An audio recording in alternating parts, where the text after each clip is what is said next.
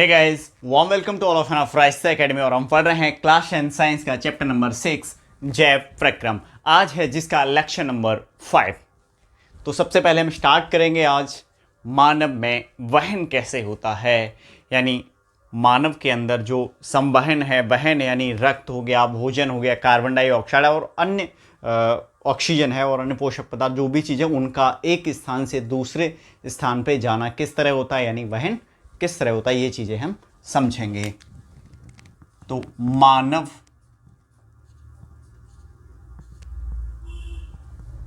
में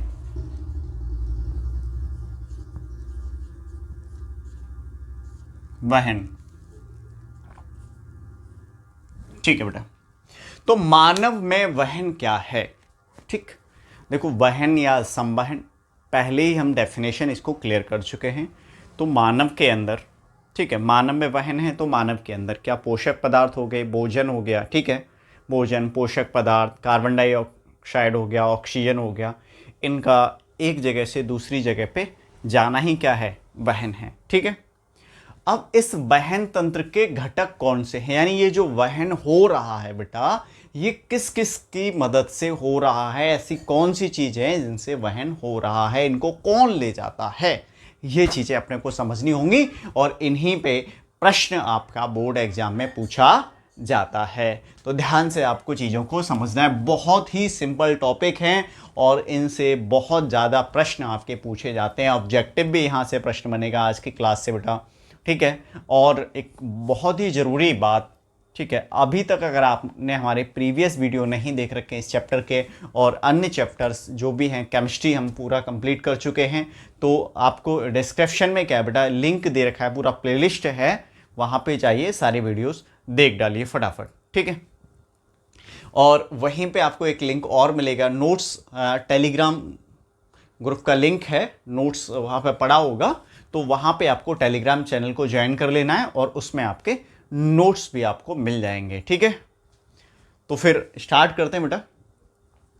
तो मानव में वहन किस तरह होता है, क्या है, वो हमने समझ लिया। अब नेक्स्ट जो है वहन तंत्र के घटक कौन कौन से हैं, इनको अपने को बेटा समझना है। वहन तंत्र के घटक कौन से, वहन तंत्र के घटक कौन से होंगे जिनकी मदद से वहन होता है, जिन तंत्रों की मदद से, वो वहन तंत्र के घटक हैं। अब देखो, वहन तंत्र के अगर घटक की बात की जाए तो रुधिर, वाहिकाएं, आपका हृदय और रक्त, ये वहन तंत्र के घटक हैं। कौन कौन है? रुधिर, वाहिकाएं, ठीक है,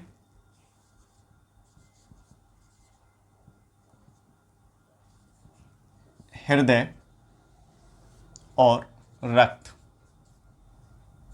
ये वहन तंत्र के बेटा घटक हैं। इन्हीं के बारे में आज हम डिटेल में पढ़ने वाले हैं। तो रुधिर वाहिकाएं क्या हैं भाई? रुधिर का वहन करने वाली नलिकाओं को हम रुधिर वाहिकाएं कहते हैं। सबसे पहले समझेंगे बेटा, रुधिर वाहिकाएं,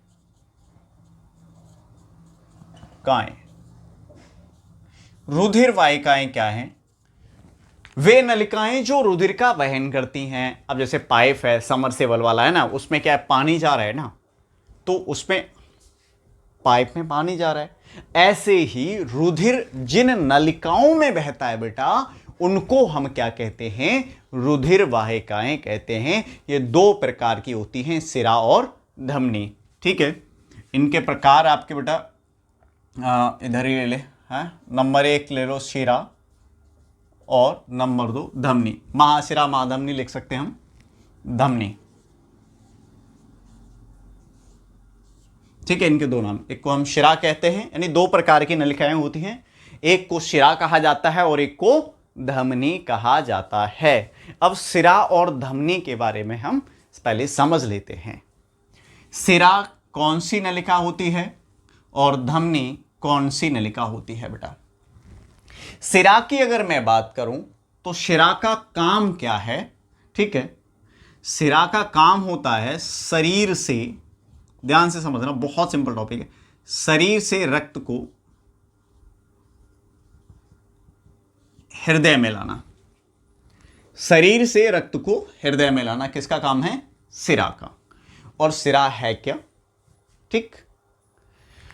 अब जैसे अगर अपने हाथ को इस तरह से टाइट मुट्ठी अगर भींचोगे आप, तो आपको नीली सी, है ना, हल्की सी नलिकाएं दिखाई देंगी, उभार से निकले हुए दिखाई देंगे आपको बेटा। ऐसे खींच के ऐसे कर लेना तो आपको यहां पे दिखाई देंगे, वो क्या होती हैं? सिराएं। तो सिराओं का काम होता है रक्त को शरीर से, किसको? रक्त को शरीर से हृदय में लाना। अब इसमें कौन सा रक्त का वहन करती हैं? ये कार्बन डाइऑक्साइड युक्त रक्त बेटा रहता है, ठीक है ना। यानी यहां पे आप कह सकते हो कार्बन डाइऑक्साइड युक्त रक्त या वे ऑक्सीजनित रक्त, इस तरह से आप यहां पे लिख सकते हो। कार्बन डाइऑक्साइड युक्त रक्त या वे ऑक्सीजनित रक्त को शिराएं शरीर से कहां पे लाती हैं? हृदय में लेके आती हैं, ठीक है ना। और अब एक सिरा है, वो छोटी छोटी, जैसे मान लो हृदय से जो कनेक्ट होती है बेटा वो महासिरा होती है, ठीक है। इस तरह से मान लो ये हमारा हृदय, हृदय से जो कनेक्ट होती है वो महासिरा होती है, महाशिरा, ठीक। और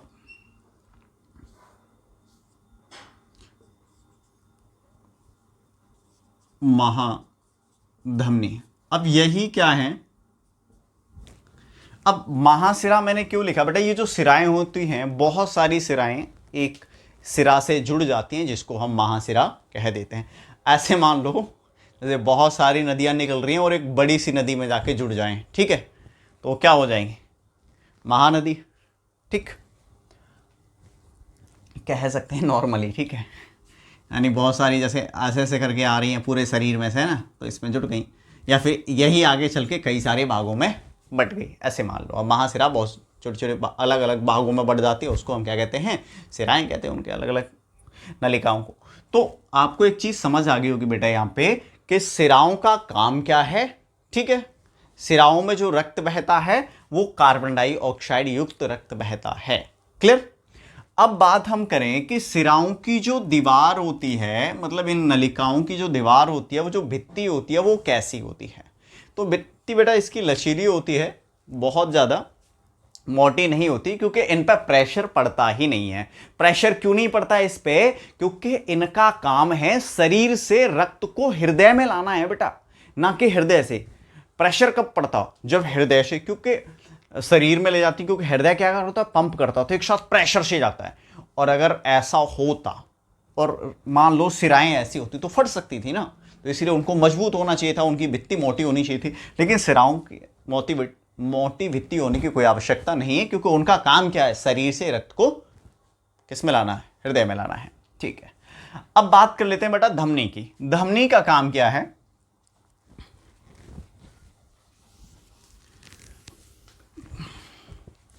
धमनी आपका जो हृदय है,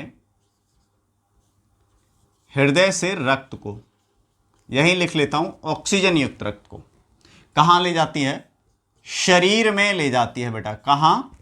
पूरे शरीर में पहुंचाती हैं धमनियां, ठीक है। यानी महाधमनी आगे जाके उसके बहुत सारी शाखाओं में बढ़ जाती हैं, छोटी छोटी, ठीक है, धमनियों। अब इसमें कैसा रक्त बहता है? ऑक्सीजन युक्त रक्त बहता है। अब इसकी अगर भित्ति की बात करूं, दीवार की बात करूं, तो यहां पे बेटा मोटी भित्ति होती है ना, कारण क्योंकि इसमें जो रक्त आता है वो हृदय से आता है, और हृदय उच्च दाब से, यानी प्रेशर के साथ, यानी हृदय पंप करता है तो उसमें प्रेशर के साथ जाता है, इसलिए इसका मोटी भित्ति होना बहुत ज़रूरी है। या हम एक और चीज़ कह सकते हैं कि जो धमनियों में दाब होता है, रक्त दाब, वो अधिक होता है किससे? शिराओं से, ठीक। अब आया बेटा रक्तदाब, यहीं पे तो रक्तदाब को भी समझ लेते हैं। तो रक्तदाब क्या है? रक्त के द्वारा ध्यान से समझना, रक्त के द्वारा रक्त वाहिकाओं की दीवारों पर डाला गया दाब रक्त दाब है। अब आ जाओ, एक पाइप है, ठीक है, उसमें क्या जा रहा है, पानी जा रहा है। अब पानी बहुत ज़्यादा प्रेशर से, मतलब समरसेबल आपका बहुत अच्छा खासा, पानी बहुत ज़्यादा, वोल्टेज बहुत अच्छे आ गए, तो क्या होगा, पानी बहुत स्पीड से जाएगा, और बहुत स्पीड से जाएगा तो पाइप क्या ना बहुत ज़्यादा टाइट हो जाएगा, और वोल्टेज बहुत कम आते हैं तो पानी क्या ना पाइप को आप आसानी से दबा पाते हो, है ना। अब वही चीज़ है, अब या फिर पानी कहीं से आप नॉर्मल पानी ले रहे हो, ठीक है, मान लो आपने पाइप डाल रखा है, जैसे हम क्या करते हैं, एक ड्रम है उसमें पाइप डाला और पानी अपने आप ऐसे उसको एयर की वजह से ऐसे आपने उसको पानी को ऊपर सूता और क्या है ना पानी उसमें निकलने लगा और नीचे पाइप डाल दे, तो आप उसको दबाओगे ना तो वो दब जाता है आसानी से। लेकिन जब किसी प्रेशर से पानी भेजा जाता है, जब किसी पंप से, समरसेबल से पाइप में पानी जा रहा होता है, तब क्या होता है वहाँ पे बेटा, तब प्रेशर उसका ज़्यादा होता है, तो आप अगर उसको दबाओगे तो वो आसानी से नहीं दबेगा। तो ऐसे ही रक्त वाहिकाओं में बह रहा है। अब रक्त जो रक्त वाहिकाओं में बह रहा है, तो रक्त के द्वारा रक्त वाहिकाओं या रक्त नलिकाओं पे जो दाब डाला जाता है, वही दाब क्या है, रक्त दाब कहलाता है। अब इसमें तो शरीर से आ रहा है ना, तो इसका तो रक्त दाब ज़्यादा नहीं होगा, इसका कितना होगा, और इसका रहता है बेटा 80 mm Hg रहता है, और इसका कितना रहता है, एक मिनट, इनमें तो दाब कम ही रहता है, तो इसका नहीं लिखेंगे, एक मिनट, ये चीज़ नहीं। अब देखो रक्त दाब इनका अधिक होता है सिराओं से, ये लिख लो, यहीं पे हम समझते हैं पहले इस चीज़ को, इसी में दोनों कंडीशन हो जाती हैं। अब जैसे हृदय ने क्या किया, पंप किया, ठीक है, तो उसको कहेंगे हम निलय प्रकुंचन, ठीक है। निलय प्रकुंचन का मतलब है कि जो हृदय का जो नीचे वाला भाग होता है, अभी हम हृदय को अच्छे से समझेंगे, वो जब प्रेशर करता है यानी दबता है, तो धमनियों में दाब अधिक बढ़ जाता है, क्योंकि वहाँ पे रक्त प्रेशर से निकलता है। तो इस कंडीशन में जो धमनियों के अंदर दाब होता है वो 120 mm Hg होता है। अब निलय अनुशीतलन की बात करूं, अनुशीतलन, तो यहाँ पे 80 mm Hg रहता है। जब वो जैसे प्रेशर किया फिर ऐसे होगा, तो उस टाइम पे दाब कम हो जाता है, तो वहाँ पे 80 mm रहता है, ठीक है। अगर इन दोनों की तुलना करें तो शिराओं का दाब कम होता है धमनियों से, ठीक है। रक्त दाब अधिक होता है, एक मिनट, यहाँ पे मैंने ऐसा लिखना था, अधिक होता है शिराओं से, किसमें, ये तो हम धमनी की बात कर रहे हैं ना, तो धमनियों में होता है, ठीक है। ये चीज़ आपको ध्यान रखनी है। और अगर मैं ये कहूँ कि रक्त दाब को मापते किससे हैं भाई, रक्त दाब को मापते किससे हैं, तो क्या है, स्फाइगो मैनोमीटर है, ठीक है। थोड़ा सा अजीब सा नाम लगता है, स्फाइगो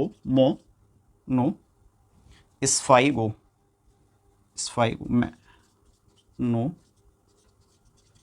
बहुत आसानी से आ जाएगा, पेपर में आ सकता है, या रक्तदाब मापी आप कह सकते हो इसको सिंपली, ठीक है। क्या कह सकते हो, रक्तदाब मापी कह सकते हो।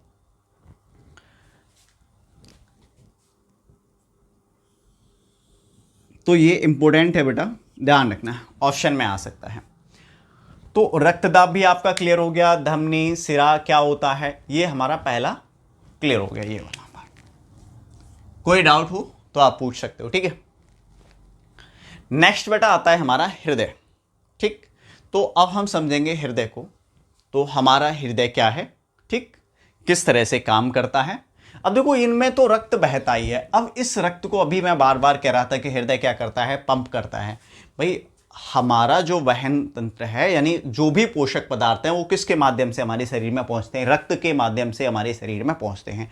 अब उनको रक्त ऐसे ही तो जाएगा नहीं ना पूरे शरीर में, ऊपर नीचे इधर उधर सब जगह जाता है, तो उसको भी क्या करना पड़ेगा, दबाव डालना पड़ेगा ना, उसको प्रेस करना पड़ेगा, तभी तो जाएगा। तो उसके लिए कौन काम करता है, हृदय काम करता है उसका, ठीक है। तो हृदय के बारे में हम समझेंगे आज, बहुत सारे मिथ जो हैं हृदय के बारे में आपके दूर हो जाएंगे।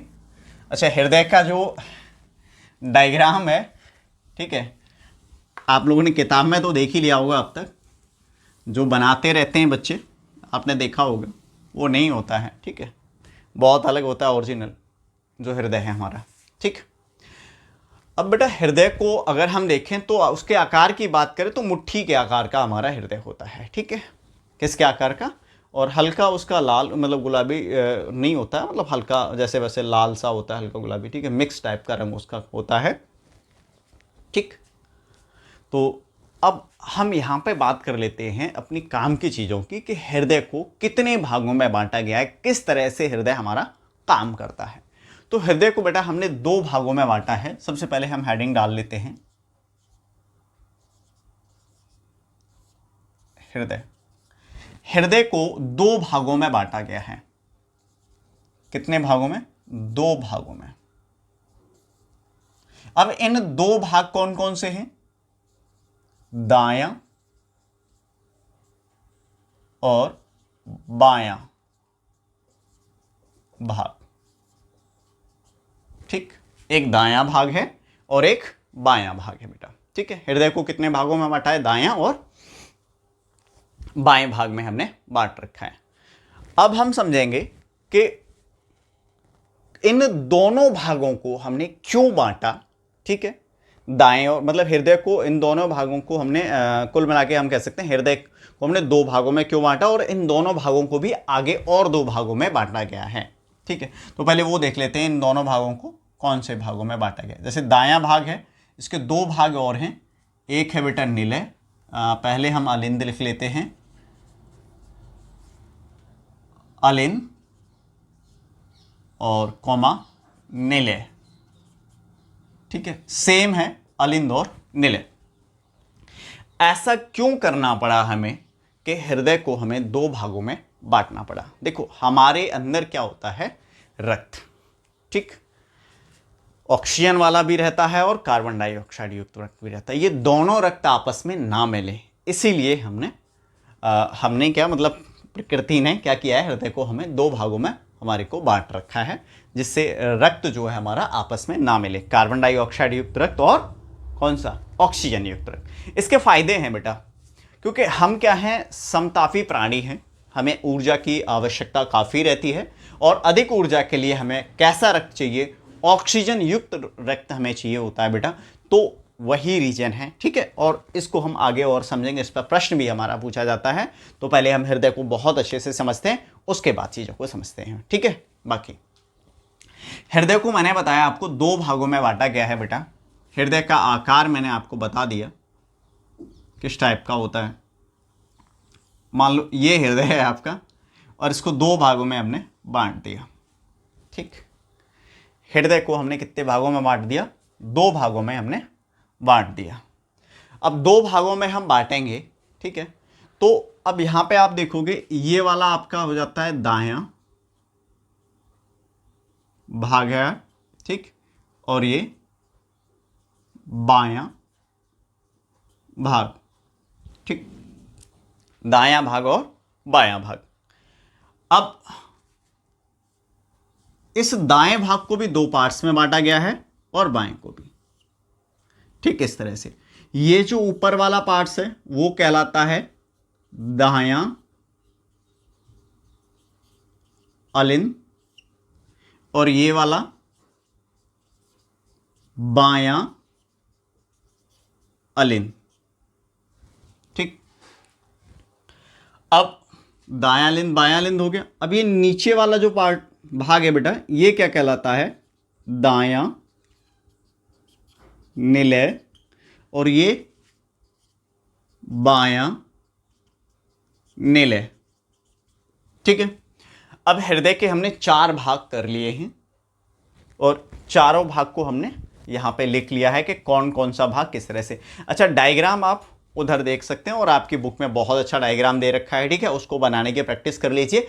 बायो में बेटा आपको एक भी डायग्राम नहीं छोड़ना है। अगर बोर्ड आप एग्जाम में आप दे रहे हो, अगर आप कंपटीशन की तैयारी कर रहे हो, तो बस आपको टॉपिक्स को पढ़ना है। बार बार एनसीईआरटी को रिपीट कीजिए आप। ठीक है, जितना बार आप एनसीईआरटी को पढ़ेंगे बेटा, उतनी चीजें आपको ज्यादा क्लियर होंगी। ठीक है, अब तो इसकी हमें कोई ज़रूरत है नहीं, ये चीज़ें हमने कर ली। अब देखो ध्यान से, आपको क्या समझना है। मैंने आपको कहा था जो सिराएं होती हैं उनका काम क्या होता है? रक्त को लाना होता है ना शरीर से। तो मान लो ये शरीर, ठीक है, अब यहां से आ रही है एक, इसको मैं कहूंगा महाशिरा।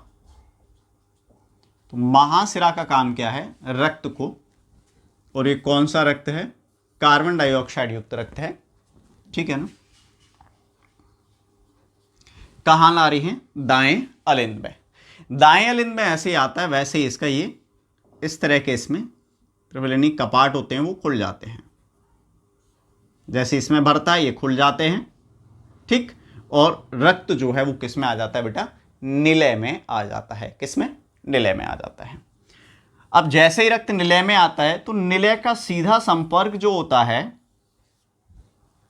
वो होता है बेटा फुफ्फस धमनी से, किससे,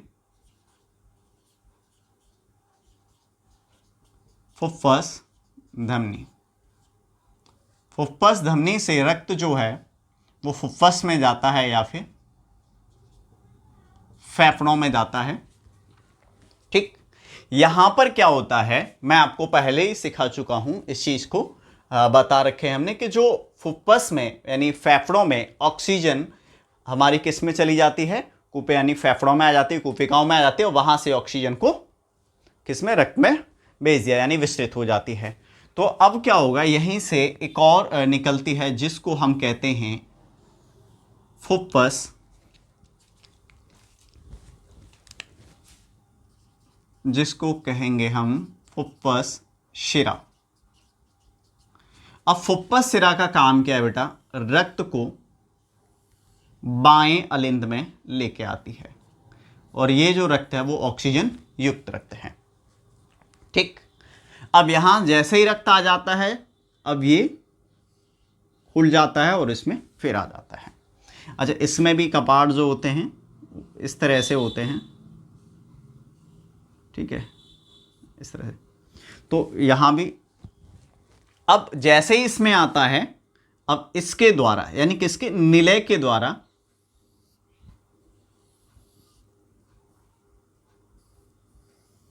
शरीर में भेज दिया जाता है, और ये क्या है आपकी महाधमनी बेटा, ठीक। यानी महाधमनी के द्वारा यानी निलय, जैसे ये निलय प्रैश होगा बेटा तो रक्त इसमें जाएगा, और इसी कंडीशन को हम कहते हैं, जब ये दबता है प्रकुंचन कहते हैं, और दाब यहां पे 120 mm Hg होता है। जब ये प्रैश होके फिर ऐसे होता है, इसको अनुशीतलन कहते हैं, और इस कंडीशन में दाब जो होता है 80 mm होता है। क्लियर, आपको चीजें समझ आ गई होंगी, हृदय वर्क किस तरह से करता है। इसमें आपको बेटा एक चीज यहां पे कॉमन नजर आ रही होगी कि यहां पर ऑक्सीजन युक्त रक्त और कार्बन डाइऑक्साइड युक्त रक्त हृदय के अंदर आपस में नहीं मिल रहा है, और अलग अलग नलिकाओं में यानी रुधिर वाहिकाओं में बह रहा है। इसका फायदा क्या है हमारे लिए, जो भी हम कहें पशु पक्षी हैं, ठीक है, या फिर जो स्तनधारी जीव हैं, वो कैसे होते हैं, समतापी प्राणी होते हैं, यानी वो समान टेम्परेचर पे सरवाइव करते हैं। अगर इनके शरीर का ताप क्या हो बदल जाए तो ये बीमार पड़ जाते हैं, तो उसको शरीर के ताप को ये बनाए रखने के लिए एक जैसा क्या करते हैं, अधिक ऊर्जा इनको चाहिए होती है, और अधिक ऊर्जा कब मिलेगी, जब हमारे ब्लड में ऑक्सीजन पर्याप्त मात्रा में होगी। समझ आ गया आपको बात, ठीक। तो ये चीज आपको ध्यान रखनी है। और यहां पर रक्त देखो एक बार नहीं आ रहा है हृदय से, 2 बार गुजर रहा है इस प्रोसेस में, तो इसीलिए हमारे अंदर जो है वो कैसा परिसंचरण होता है, दोहरा रक्त परिसंचरण होता है। इस पे भी प्रश्न आपसे पूछ लिया जाता है कि दोहरा रक्त परिसंचरण क्या है, तो आप इसको बिल्कुल प्रोसेस के चित्र बना के इसको और लिख के समझा सकते हैं, ठीक है। बाकी नोट्स में आपको सारी चीजें प्रोवाइड कर दी गई हैं बहुत अच्छे से। नोट्स को हमने कलर नोट्स हैं, ठीक है, पीडीएफ आपको ग्रुप में प्रोवाइड करा दिया गया है, ठीक है, ज्वाइन कर लीजिए, आपको बहुत मजा आएगा। एक बार अगर आप नोट्स पढ़ के फिर क्लास में अगर आ रहे हो, ठीक है, जब आप पहली बार नोट्स पढ़ रहे हो आपको कुछ समझ में ना आए कोई फर्क नहीं पड़ता, लेकिन आप नोट्स पढ़ के आइए, ठीक है। मैं आपको पहले ही भेज रहा हूँ, पहले क्या था मैं लास्ट में आपको नोट्स भेज रहा था, लेकिन अभी मैं क्या कर रहा हूँ आपको पहले ही नोट्स भेज दे रहा हूँ, जिससे आप थोड़ा पढ़ के आएंगे उन नोट्स को, फिर क्लास अटेंड करेंगे तो आपको बहुत अच्छा समझ आएगा। यानी इट मीन्स ऐसा हो सकता है कि आपको क्लास अटेंड जब कर रहे हो तभी सारी चीजें आपकी क्लियर हो जाएं, और बोर्ड एग्जाम में आपका बहुत अच्छा स्कोर होगा, ठीक है। अगर आप रेगुलर बने रहेंगे तो मैं श्योर हूं कि आपका 90+ आराम से जाएगा बेटा। तो यहाँ पे आपको दोहरा परिसंचरण समझ में आ गया, रक्त किस तरह हमारा अलग रह रहा है ये चीज़ आपको समझ में आ गई, हृदय क्या है, किस तरह से काम करता है ये चीज़ हमने समझ ली है। कुछ और चीज़ें फैक्ट हम समझ लेते हैं, जैसे बहुत और अन्य जंतु हैं जो देखो ज़्यादातर जो स्तनधारी जो जीव जंतु उनमें कितने कोष्ठ पाए जाते हैं, 4 कोष्ठ पाए जाते हैं और बिल्कुल यही सेम रहता है। ठीक है, शरीर के जितने भी जीव हैं बेटा उन सभी में कैसे कितने कोष्ठ पाए जाते हैं, 4, और सभी में दोहरा परिसंचरण पाया जाता है, ये आपको ध्यान रखना है। अब अगर मैं ये कहूं कि कुछ ऐसे भी हैं जैसे मछली में 2 कोष्ठ होते हैं बेटा, उसमें क्या होता है, एक बार रक्त आया, ठीक है, और एक कोष्ठ में आता है, वहीं पे ऑक्सीजन उसमें क्या होता है, मिलता है और फिर दूसरे कोष्ठ से चला जाता है, तो उसमें एक ही बार होता है, एक बार आया और गया। ठीक है, तो मछली में आप कह सकते हो 1 परिसंचरण दोहरा नहीं है। कुछ जैसे जल स्थलचर हो गए और सरीसृप हो गए, उनमें क्या होते हैं, 3 कोष्ठ भी पाए जाते हैं, तो इसका भी आपको ध्यान रखना है। सरीसृपों में कितने कोष्ठ पाए जाते हैं, 3 कोष्ठ पाए जाते हैं। तो हृदय के बारे में मैं समझता हूं आपको सारी चीजें समझ आ गई होंगी, क्या है हृदय, किस तरह से है। अब हमारा बेटा लास्ट टॉपिक है रक्त, तो हम रक्त को समझेंगे। ठीक है, रक्त किस तरह से हमारा वर्क करता है, रक्त में क्या क्या है।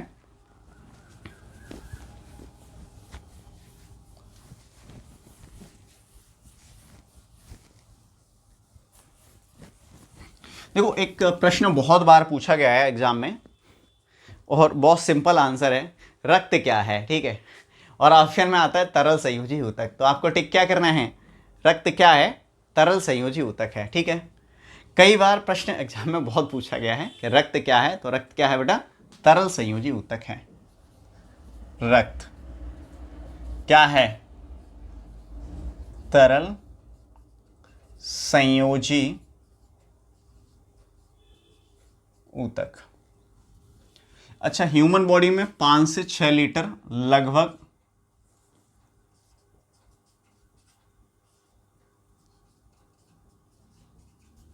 में आता है। ठीक है,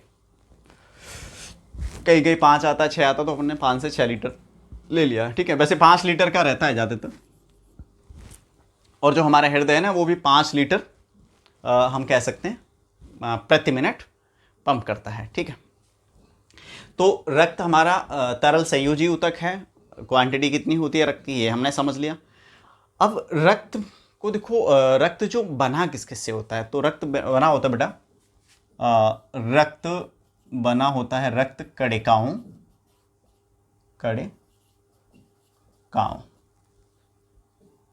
और प्लाज्मा से मिलकर। ठीक है, रक्त कणिकाओं और प्लाज्मा। अब बेटा प्लाज्मा क्या है और रक्त कणिकाएं क्या हैं ये हम समझेंगे, तो सबसे पहले हम समझ लेते हैं प्लाज्मा। बेटा प्लाज्मा की अगर मैं बात करूं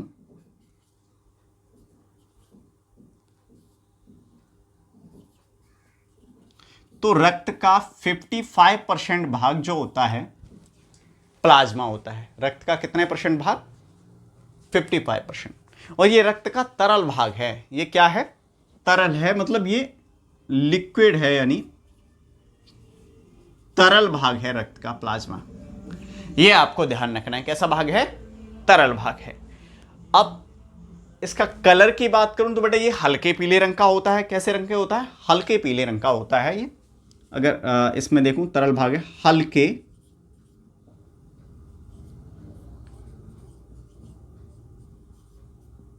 पीले रंग का होता है। ठीक, इसमें 90% बेटा जल होता है, 90% क्या है, जल होता है प्लाज्मा में, और 10% इसमें क्या बचा फिर आपका, कार्बनिक और अकार्बनिक पदार्थ इसमें रहते हैं। ठीक, कार्बनिक व अकार्बनिक पदार्थ कितने हैं, 10% यानी प्लाज्मा में बेटा होते हैं। तो ये चीजें आपको बहुत अच्छे से समझनी है, प्लाज्मा में क्या होता है। अब ये वहन किसका करता है ये भी आपको ध्यान रखना है। देखो ऑप्शन ज्यादातर इस पर बन सकते हैं, तो ये कार्बन डाइऑक्साइड हो गया, आपका भोजन हो गया, ठीक, कार्बन डाइऑक्साइड, भोजन और नाइट्रोजनी पदार्थ का विलीन रूप में ये वहन करता है प्लाज्मा। ठीक है, CO2 हो गया, भोजन हो गया, और वह नाइट्रोजनी पदार्थ का किस रूप में विलीन करता है? विलीन रूप में वहन करता है। ये आपको ध्यान रखना है बेटा। तो ये प्लाज्मा की कहानी होगी। अब हम समझेंगे रक्त। ठीक है, तो रक्त क्या है, किस तरह से काम करता है। प्लाज्मा आपका हो ही गया है, रक्त आपका बाकी है, तो इसको मिटा लेते हैं, आगे बढ़ते हैं। अब रक्त कणिकाओं का जो एक भाग हमारा प्लाज्मा हो गया, सॉरी, रक्त का एक भाग हमारा प्लाज्मा हो चुका है। अब हम पढ़ेंगे रक्त कणिकाएं। तो रक्त कणिकाएं बेटा आरबीसी, वाइट वीसी, और नेक्स्ट है प्लेटलेट्स। क्या है? प्लेटलेट्स। तो आरबीसी में सबसे अगर ज़्यादा की मात्रा होती है तो वो किसकी होती है? हीमोग्लोबिन की होती है। इसी के कारण इनका कलर कैसा होता है? लाल होता है। ठीक है, यानी आरबी यानी जो रक्त का रंग लाल होता है वो हीमोग्लोबिन की वजह से होता है। और हीमोग्लोबिन का मैं आपको बता ही चुका हूँ, वो किसका वहन करता है? ऑक्सीजन का वहन करता है। ठीक है, अगर हीमोग्लोबिन की कमी हो जाएगी तो ऑक्सीजन का वहन पर्याप्त मात्रा में नहीं कर पाएगा, तो उससे क्या होगा भाई? ऊर्जा का निर्माण नहीं होगा। ठीक है, और शरीर में वीकनेस आएगी और बीमारियां बढ़ने लगेंगी और एनीमिया नामक रोग हो जाता है। ठीक है, और ज़्यादा अगर ऐसा हो, मतलब ज़्यादा हीमोग्लोबिन की कमी हो जाए तो मृत्यु भी हो सकती है। अगर हम बात करें इनका निर्माण कहाँ होता है बेटा? इनका निर्माण कहाँ होता है? तो अस्थि मज्जा,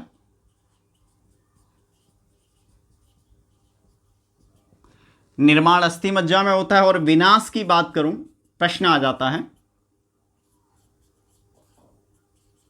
पीला में होता है। अच्छा, इनका जो आयु है, जीवन काल की अगर बात की जाए तो अप्रॉक्स 120 दिन रहता है। ठीक है, ये आपको ध्यान रखना है। काम क्या होता है? ऑक्सीजन का परिवहन। ठीक है, हीमोग्लोबिन से होता ही है। अगर हम वाइट वीसी की बात करें बेटा, निर्माण इनका भी अस्थि मज्जा में ही होता है। क्या होता है? अस्थि मज्जा में होता है। और विनाश की बात करें तो लसिका प्रणाली में इनका विनाश होता है। ठीक है, लसिका को हम इसके जस्ट बाद समझेंगे। और एज की बात की जाए तो इसमें बड़ा अलग अलग जगह अलग अलग दे रखा है, 13 से 20 दिन। आप इसमें मैं लिख देता हूँ आपको। ठीक है, 13 से 20 दिन, कहीं 15 से 20 लिखा आता है, कहीं 13 से 20, तो अलग अलग है सब जगह काफ़ी चीज़ें।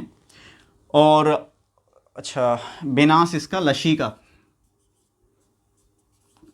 प्रणाली, और आयु 13 से 20 दिन। तो 3 चीज़ें ये हमें याद रखनी है। अच्छा, कार्य की अगर मैं बात करूं तो ये हमारी बीमारियों से रक्षा करती हैं, रोगों से। एक तरह से ये हमारी सैनिक कोशिकाएं होती हैं, यानी सैनिक रक्त कणिकाएं हैं ये। ठीक है, यानी किसका काम करती हैं? सैनिक का। जो भी बीमारी होगी हमें, ठीक है, उससे लड़ने का काम करती हैं। अब जैसे HIV हो जाता है तो HIV में जो वायरस है, ठीक है, एड्स, मतलब वो क्या करता है? इन्हीं पे अटैक करता है, श्वेत रक्त कणिकाओं पे। यानी जब हम बीमार होते हैं ना, तो अगर हम बहुत ज़्यादा बीमार हैं तो इनकी संख्या कम होने लग जाती है, क्योंकि जो भी बीमारी होती है ना वो इन पे अटैक कर, ठीक है, इनकी संख्या, ये लड़ती हैं तो मरती हैं। ठीक है, और ये कम होने लगते हैं। अगर ये स्ट्रांग हैं तो हम बीमार ही नहीं पड़ेंगे। ठीक है, तो ये हमारी रोगों से रक्षा करती हैं, संक्रामक रोग हैं जो भी हैं उनसे रक्षा ये हमारी करती हैं। ठीक है, तो ये हमारी सैनिक कोशिकाएं भी इनको कहा जाता है, रक्त कणिकाएं। तो अब आपका हो गया, काम इनका हो गया। अब बात कर लेते हैं बेटा प्लेटलेट्स की। तो प्लेटलेट्स का निर्माण की मैं बात करूं तो इनका भी अस्थि मज्जा में होता है, और विनाश भी इनका पीला में होता है, तो सेम है। अच्छा, इनका जीवन काल की बात की जाए तो 5 से 7 दिन है। ठीक है, और वहन, अच्छा, इसका काम क्या है? ठीक है, तो काम इनका बेटा रक्त का थक्का बनाना है। क्या है? रक्त का थक्का बनाती हैं ये, रक्त का थक्का। ठीक है, प्लेटलेट्स। और आपने सुना होगा डेंगू हो जाता है, प्लेट कम हो जाती है ना, प्रॉब्लम हो जाती है। और इसमें मेन यही है बेटा, इसका रक्त का थक्का जमना। ठीक है, बनाना। जैसे हम ब्लड कट के अगर प्लेटलेट्स की संख्या बहुत ज़्यादा कम होगी, ठीक है, तो क्या होगा? रक्त बहता ही रहेगा और सारा बह जाएगा। ठीक है, तो ये क्या करती है? थक्का बन जाता है, रक्त बहना बंद हो जाता है। जैसे एक्सीडेंट हो गया किसी का, रक्त बह रहा है, तो वहाँ पे किसका काम होता है? प्लेटलेट्स का, उसको रोकने का। ठीक, तो ये चीज़ें आपको ध्यान रखनी है। बाकी नोट्स में आपको एग्जाम में किस तरह से लिखना है, सारी चीज़ वहाँ पे डिटेल में बेटा दे रखी हैं। अब आता है लसिका। तो लसिका को हम समझ लेते हैं। लसिका क्या है?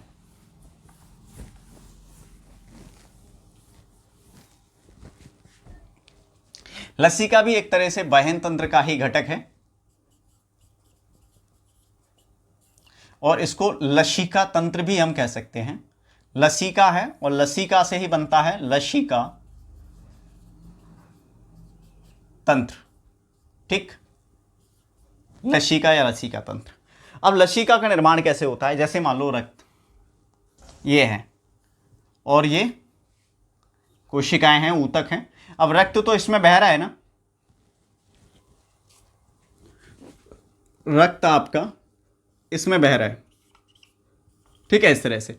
अब रक्त छन के किस में चला जाए? इन ऊतक कोशिकाओं में चला जाए, यहां पे, यानी इन रक्त वाहिकाओं से छन के। तो ये जो छना हुआ पदार्थ है बेटा, ये लसिका होता है। क्या होता है? ये लसिका होता है, छना हुआ पदार्थ।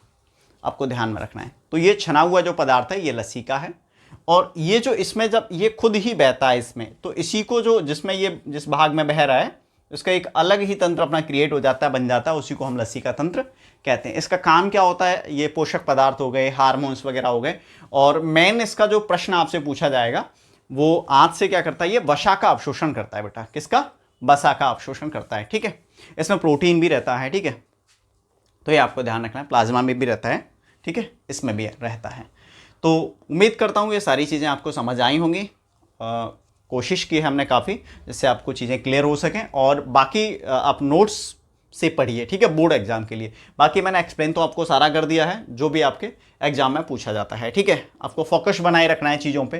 फैक्चुअल चीज़ें थी वो भी अपन ने इसमें इंक्लूड कर ली हैं। ठीक है, एनसीईआरटी से थोड़ा अपर लेवल हमने यहाँ पे आपके लिए दिया है। तो मिलते हैं बेटा नेक्स्ट वीडियो में, तब तक के लिए बाय बाय।